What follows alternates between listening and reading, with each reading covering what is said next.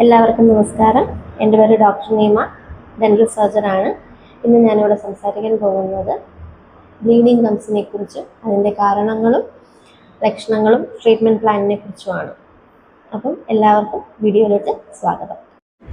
ആരോഗ്യമുള്ള മോണ എന്ന് പറയുമ്പോഴത്തേക്കും അത് പല്ലുകളെ ഉറപ്പിച്ച് നിർത്താനും ബാക്ടീരിയകളിൽ നിന്നൊക്കെ സംരക്ഷിക്കുകയൊക്കെ ചെയ്യും. അതുപോലെ തന്നെ അതിൻ്റെ കളർ എങ്ങനെയാണെന്ന് വെച്ചാൽ പെയിൽ പിങ്ക് കളറായിരിക്കും, ചിലരിൽ ഇരുണ്ട നിറമായിരിക്കും.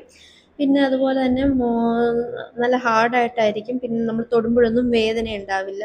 പല്ലുകളോട് ചേർന്ന് ഒട്ടി നിൽക്കുകയും പല്ലുകൾക്കിടയിൽ വിടവൊന്നും അധികമായിട്ടുണ്ടാവില്ല. അതുപോലെ തന്നെ വായിൽ നിന്ന് അനാവശ്യമായ ദുർഗന്ധം ഉണ്ടാവില്ല. പിന്നെ സീറോ ബ്ലീഡിങ് ആയിരിക്കും. അതായത് ബ്രഷ് ചെയ്യുമ്പോഴോ വല്ല കട്ടിയുള്ള ആഹാരം കഴിക്കുമ്പോഴോ ഫ്ലോസ് ചെയ്യുമ്പോഴോ ഒന്നും ബ്ലീഡിങ് വരില്ല. മോണരോഗം എന്ന് പറയുന്നത് മോണയ്ക്കുണ്ടാകുന്ന അണുബാധയാണ് മോണരോഗം. അത് 2 സ്റ്റേജുണ്ട്. ജിഞ്ചേവൈറ്റിസും ഉണ്ട്, പെരിഡോണ്ടൈറ്റിസും ഉണ്ട്. ജിഞ്ചേവൈറ്റിസ് എന്ന് പറയുന്നത് ഫസ്റ്റ് സ്റ്റേജാണ്. ഇത് കൃത്യസമയത്ത് ചികിത്സിക്കാതിരുന്ന പെരിഡോണ്ടൈറ്റിസ് എന്ന ഗുരുതരമായ അവസ്ഥയിലേക്ക് ഇത് മാറും. അപ്പോഴത്തേക്കും മെയിനായിട്ടും പല്ലുകൾ ശരിയായ രീതിയിൽ വൃത്തിയാക്കാത്തത് മൂലം പ്ലാക്ക് അടിഞ്ഞു കൂടുന്നതാണ് ഇതിന് കാരണം. അപ്പം മോണയും പല്ലും തമ്മിലുള്ള അറ്റാച്ച്മെൻറ്റ് ബ്രേക്ക് ചെയ്തിട്ട് മോണ പതുക്കെ പല്ലിൽ നിന്നും താഴോട്ട് ഇളകി മാറുന്നു.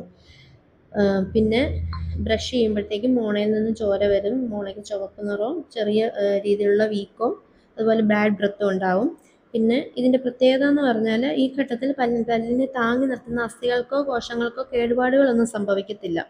കൃത്യമായ രീതിയിൽ ബ്രഷിങ്ങും ഫ്ലോസിങ്ങും ഒക്കെ ചെയ്ത് ഒരു ഡെൻറ്റിസ്റ്റിനെ കണ്ട് പല്ല് ക്ലീൻ ചെയ്ത് 6 മാസം കൂടുമ്പോൾ പല്ല് ക്ലീൻ ചെയ്താൽ ഇത് കംപ്ലീറ്റ്ലി മാറ്റിയെടുക്കാം.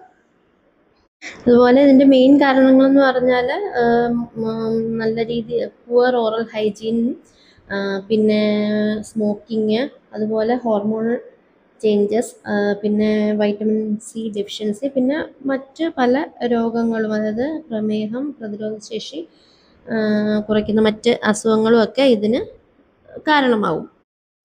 മോണരോഗം തുടക്കത്തിലേ ചികിത്സിച്ചില്ലെങ്കിൽ നെക്സ്റ്റ് സ്റ്റേജായ പെരിഡോണ്ടൈറ്റിസിലോട്ട് ചെന്നെത്തുന്നു. ഇതിൽ എന്താ പറയുക, പല്ലിന് ചുറ്റുമുള്ള മൃദുവായ കോശങ്ങളെ നശിപ്പിക്കുകയും അതുപോലെ പല്ലിനെ ഉറപ്പിച്ച് നിർത്തുന്ന താടിയെല്ലിന് തേയ്മാനം ഉണ്ടായി പല്ല് കൊഴിഞ്ഞു പോകാനുള്ള ഒരു അവസ്ഥയൊക്കെ വരും. ഇതിന് മെയിൻ കാരണം എന്ന് പറഞ്ഞാൽ, മെയിൻ സിംറ്റംസ് എന്ന് പറഞ്ഞാൽ അതുപോലെ മോണ താഴേക്ക് ഇറങ്ങുകയും പല്ലിന് നീളം കൂടുതലായിട്ട് തോന്നുകയും വേരുകൾ എക്സ്പോസ് ചെയ്ത് നിൽക്കുകയൊക്കെ ചെയ്യുന്നു. പിന്നെ പല്ലുകൾക്ക് ഇളക്കം സംഭവിക്കുന്നു. അതായത് പല്ലുകൾ താങ്ങി നിർത്തുന്ന അസ്ഥി നശിക്കുന്നത് കൊണ്ട് പല്ലുകൾ ഇളകാൻ തുടങ്ങും. പിന്നെ പല്ലുകൾക്കിടയിൽ ക്രമാതീതമായിട്ട് വിടവുകൾ ഉണ്ടാവും. പിന്നെ പഴുപ്പ്, നല്ല രീതി മോണയും പല്ലും തമ്മിലുള്ള ആ ഒരു അറ്റാച്ച്മെൻറ്റ് താഴോട്ട് നല്ല രീതിയിൽ ഉണ്ടാകുമ്പോഴത്തേക്കും അവിടെ ഒരു പോക്കറ്റ് ഫോർമേഷൻ ഉണ്ടാവും. അപ്പോൾ അവിടെ നല്ല രീതിയിൽ പസ് ഫോം ചെയ്യും.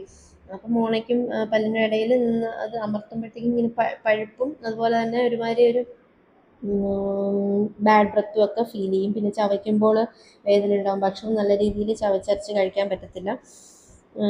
അതുപോലെ തന്നെ മോണയുടെ നിറവ്യത്യാസത്തിന് മാറ്റം വരും. അതായത് റെഡ് കളർ എന്നുള്ളത് ചിലപ്പോൾ ഒരു നീല കളറിലോ അല്ല പർപ്പിൾ കളറിലോട്ട് മാറും. പിന്നെ ഇതിൻ്റെ മെയിനായിട്ടുള്ള കാരണങ്ങൾ ഈ വായ ശുചിയല്ലാത്തതും പിന്നെ പുകവലിയും അതുപോലെ നിയന്ത്രിക്കാനാത്ത ഡയബറ്റീസും പിന്നെ ഹെറിഡിറ്ററി ഉണ്ടാവും.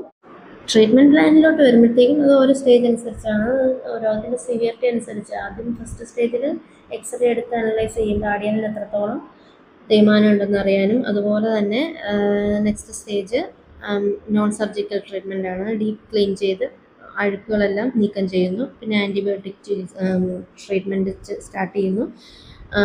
തേർഡ് സ്റ്റേജ് എന്ന് പറഞ്ഞാൽ സർജിക്കൽ പ്രൊസീജിയറാണ്. ആൻഡ് ഫോർത്ത് സ്റ്റേജ് എന്ന് പറയുന്നത് മെയിൻ്റനൻസ് ഫേസാണ്. അതായത് റെഗുലറായിട്ടുള്ള ചെക്കപ്പും അതുപോലെ നമ്മൾ നല്ല രീതിയിൽ നമ്മൾ വായ 2 നേരം ബ്രഷ് ചെയ്ത് ഡെൻ്റൽ ഫ്ലോസൊക്കെ ചെയ്ത് പുകവലിയൊക്കെ പൂർണ്ണമായി ഒഴിവാക്കി നമ്മൾ തന്നെ മെയിൻറ്റെയിൻ ചെയ്യണം. നല്ല രീതിയിൽ ഓറൽ ഹൈജീൻ മെയിൻറ്റെയിൻ ചെയ്യണം. ഇതിലാണ് എങ്കിലേ ട്രീറ്റ്മെൻറ്റ് നല്ല രീതിയിൽ എഫക്റ്റീവ് ആവുകയുള്ളൂ. അപ്പോൾ ഇത്രയേ ഉള്ളൂ ഇന്നത്തെ വീഡിയോ. ഇനി അടുത്ത വീഡിയോയുമായിട്ട് നെക്സ്റ്റ് ടൈം